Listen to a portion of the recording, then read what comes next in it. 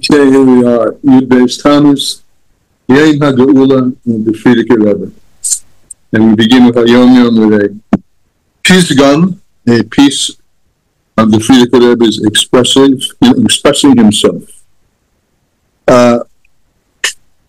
This is Yud Beis Tammuz. It writes here also, this is the birthday of the Rabbi Yosef Yitzchak. It's the birthday and the day of liberation.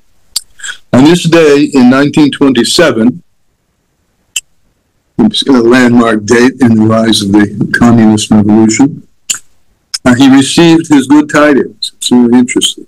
Date which goes in history as the beginning of the reign of terror, although it started earlier, is the day that he received the good blessing, the good tidings, total transformation. He was freed from the exile imposed upon him after his arrest and imprisonment for his efforts in strengthening Torah and Judaism. From a letter of the Rabbi Yosef Yitzchak, he writes, during the forthcoming 2 days of liberation, Yud Beis Yud Gimel Tammuz, Hasidim, these are now instructions to us, Hasidim are to forbring for material and spiritual good and blessing, as instituted by our first father, the Alter Rebbe. May the memory of the holy tzaddik be a blessing for life, for a blessing for life in the hereafter. His soul rests in the hidden, exalted heights. May his merit protect us. That's in the parentheses, invoking the holiness of the Alter Rebbe. During this forbringing, the Frierdiker Rebbe goes on, during this forbringing that that are meant to have during these 2 days, Hasidim are to talk to one another in a spirit of brotherhood, about strengthening fixed times for Torah study. I send them my blessing, that God favor them in body and spirit.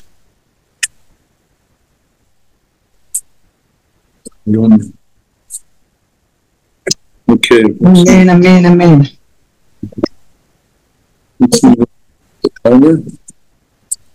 Today is the last piece concluding the discussion about the voluntary fasts that come after Shuvah.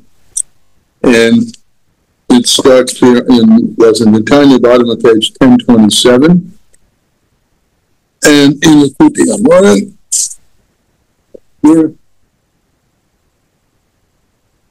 it starts also at the bottom of the page 184. Big letters in the Kolmokim. So we were talking about ways to fulfill this notion of giving a gift to Hashem after the Shuvah. He says, nevertheless, Kol Baal Nefesh HaChafetz Kibbutz Hashem, any person who's a Baal Nefesh, one who's concerned about the state of his soul, who desires to come close to Hashem, the Sakin Nafshe, and that's what this is all about, that extra measure of gift to fix one's soul, to come back to Hashem with a kind of return which goes above, way above the norm, and really above even the best shuvah. So what should he do? Or she do? If you want to fulfill this notion of the gift that comes after shuvah. So you should take upon yourself to fulfill the number of fasts which are stipulated in the Rizal's book on Shuvah, right? That's where we got this number. We're working with this number of 84 for Zera Levatala, and we came up with one opinion was you have to fast the number of fasts that you've done, whatever the Avera is. Another is 1 time, and then the compromise is 3 times, because 3 is a chazakah. So for Zera Levatala, the Rizal stipulates 84, and so 3 times 84 is 252. That's just been a number that we're working with for that particular Avera. So we continue to use that as an example. And if you want to fulfill this, at least take upon yourself to fulfill that number once in your lifetime. In the number of days of your year, the number of sins which are stipulated for each and every sin From the very strict sins, that what you have death upon, at least. That even if the death was coming from the hands of heaven, only that.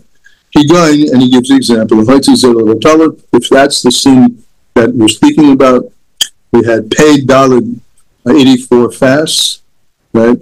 And 84, the compromise was do that 3 times as Pazaka, but at least fill that Achas one time. So if it's 84 fasts, or whatever the number stipulated in the writings of the Rizal, one could take upon himself to fulfill that number through the whole, any one time during the course of one's whole lifetime. You can push them away. There's another Eitzah, every once in your lifetime, but you can utilize the short days of winter. You can push them off to the short days of the winter. And for instance, you can do 10 fasts, 10 fasts in one winter, or less, or pachas. And you can, in that way, fulfill the number of the 84 Tzaimas fasts in 40 years, or yoiser, or more, if you chaycha, according to your power.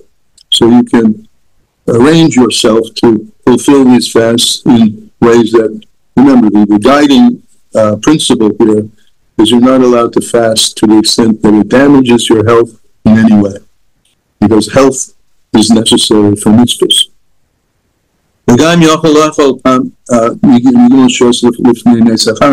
Also, you should know, because we utilize this in some of the fast days, you can eat something at the beginning of the day, 3 hours before the sun rises. You can have something to eat before sunrise and then fast the short day of the winter. Even though you've eaten a little at the beginning, that day is considered a fast in Hisna if you fast for the rest of the day. Days, and in this way you can complete, for example, the 252 tzonos that we said above. You can fast additional 4 times, pay dalit, until after Hatzois of the day, alone, just that part of the day.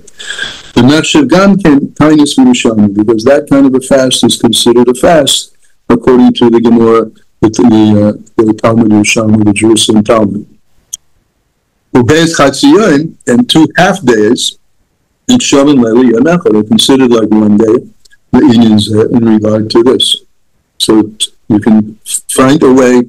These are aces, and you can elaborate on these yourselves to find ways to fulfill the fast days according to the way fasts are designed, portioned in the Gemara, and with that way you can fulfill the fast without having to do 3 fasts and continually for long days, etc. He says, and this is true for any other sin as well. Anything like this, I should call the idea which each person knows himself. Each person knows himself. He knows to what extent his soul is bitter, right, from the fact that one sinned, and according to that, pick a path, because you want Hashem's righteousness to fall upon you. You want the grace and hug of the King. So use any of these aces according to your evaluation of your health and how bitter you may be about the fact that you've sinned. Okay, however, Mitzvot Hatzemes Hadoifis are rationing days, but the number of sins which are more than the 252, that's the number, 84 times 3, that was the compromise position, which is 252, or anything like this. That you're doing in order to fulfill the stricter opinion, do them in the strictest way. This anus misvul hatzemis sha'al kol ket v'chet, that you should do it not just one time in your lifetime for all the sins that you've done, but for each occurrence as well. According to the number, you really want to fulfill the number, right? And not in the ways that we described above, but you can do it in a combination of some of these fasting modalities that we talked above, or you can redeem all of them with tzedakah. The tzedakah erech hai gedol polish, back to our expensive silver dollar, our expensive Polish coin. You could fill it with tzedakah, the ad kol yom, giving this amount each and every day for the number of times that you have done this particular avera. Okay, shar kol tanyas, also any other fast, shetoriklis anis alavedas, where you have to fast, or it's incumbent upon you to fast for sins. She'en behen misa, not the most serious sins, but even lighter sins, but you want to do that extra measure, to come back into the good graces of Hashem. I feel about bittul mitzvahs aseh, even if it could be something that you neglected to do, something that you should have done, which is not chayav misa. And we said at the beginning that if you transgress the mitzvahs aseh by not doing it, so as soon as you do it, you're forgiven. That's the shuvah. But to get back into the good graces of the king, so to speak, you can fill these fasts in other ways. I feel even on a light sin, if you so desire and your spirit moves you. Because the mitzvahs aseh, the raisa, the Torah, the Rabbanim, the Talmud Torah keneged kulam.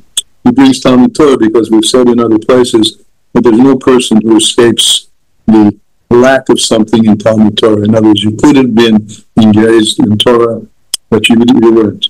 So that's something that the Alter Rebbe tells us is shaykh to everybody, and you can utilize these techniques if you want to become back in the good graces of Hashem.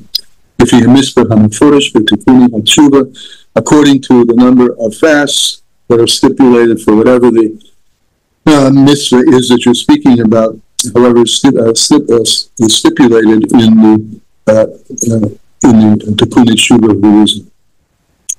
Rubam niskarim the missions Chassidim, also most of them are mentioned in the Sefer missions of Chassidim.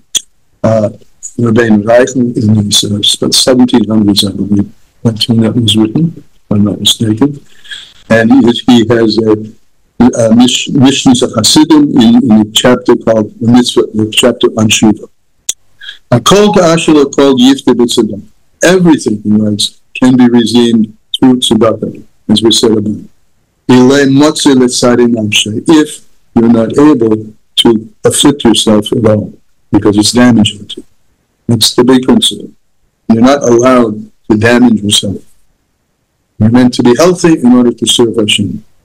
And so there are other ways for achieving what this is all about. Even though his giving tzedakah like this is going to come up with a large amount of money, in lochish, don't worry about that. Don't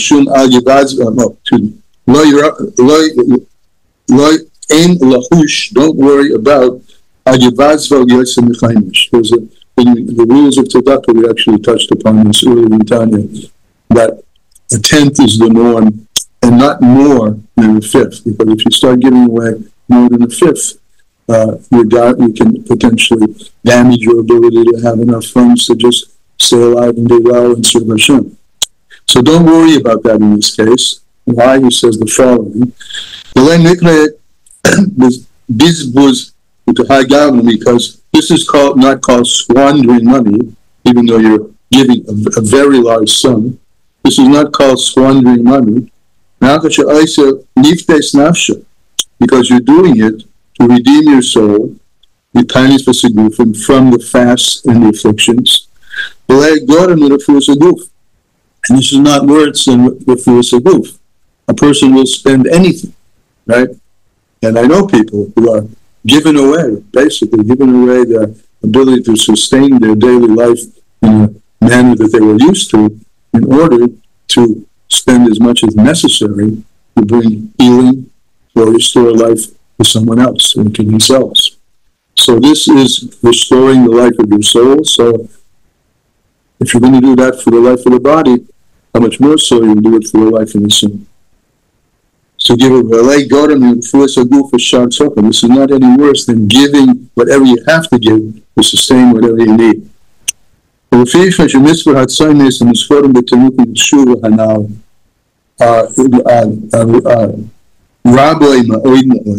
the number of fasts that are stipulated in the writings of the Rizal are very, very much, therefore, we are accustomed now, all